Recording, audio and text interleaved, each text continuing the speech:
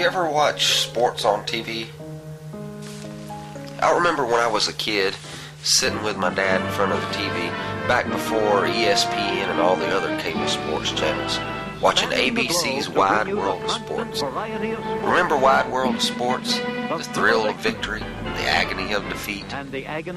What do you see when you hear that phrase, the agony of defeat? Well, if you actually watch the show, you'll remember a ski jumper wiping out in a big ball of skis, poles, arms, legs, and a cloud of white powder. Those are always the most exciting moments of sports. The wipeouts, a ski jump gone wrong, a bone-crunching tackle, or two race cars tangling together, smashing against the wall and disintegrating into a pile of scrap metal. Then there's that dramatic moment. Pins and needles while you wait. You wait for movement, for something to happen. We want the guy laying there to do something. We want to know he's alive. And to know he's alive, we have to see him up and moving. Christ's earliest followers understood this. As Jesus went from town to town, people sought him out.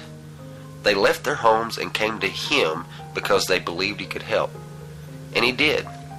He healed them, he raised the dead, he forgave their sins, and he would tell them he did it because of their faith. But they acted on their faith by coming to him. Even if it was just reaching out to touch the hem of his robe as he passed by. Why was Peter the only one of the disciples to walk on the water with Jesus? Well, he was the only one that got out of the boat. The book of James says if someone has faith in Christ, but that's all, they're not doing anything with it. Their faith is dead. Take a look at Calvary Baptist Church, and you will see people with faith, but you will also see action. And its leaders, its members, and its effect on the community. That life is obvious when you walk through the doors. The sermons, the classes, the music, all the people of all ages teaching and learning, seeking and leading. And there's more you may not see. Like hand-in-hand preschool. Every week, Monday through Friday, Calvary provides a Christian environment for working parents in Henderson to bring their kids. Like caring and sharing, which takes Calvary's ministries of love to those who can't make it here on their own. Like efforts spearheaded by Bill Burns to help some of the neediest of the needy, the extreme poor, the homeless, the battered women. He and several other Calvary folks help groups that provide a helping hand and present Jesus' message of love and redemption to men and women with real visible needs all over East Texas. What about medical missions like the one taken by Betty Penny last fall? She went into a part of Peru that could only be reached by boat and foot and helped provide medical care. And don't forget the full-time missionaries Calvary supports, from metropolitan Houston to across the globe. Why do these things?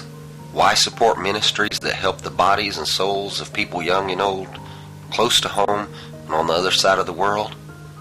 Because of faith. Because it is alive. And with life comes growth. As faith grows, ministries grow. The church grows. When you needed more space, you committed to a great investment. You took action on your faith, gave sacrificially, and the building you're in now is the result. To continue growing, to keep the ministry of Calvary truly alive, it's time to do something. To take another step of faith and commit to 3 years of giving back to Christ's church. Your commitment will help these ministries and will help tackle the payments on this building so they won't wipe out other plans God has for Calvary Baptist Church. Then you will know that your faith is alive, your faith is growing, and you can partake together in the thrill of God's victory.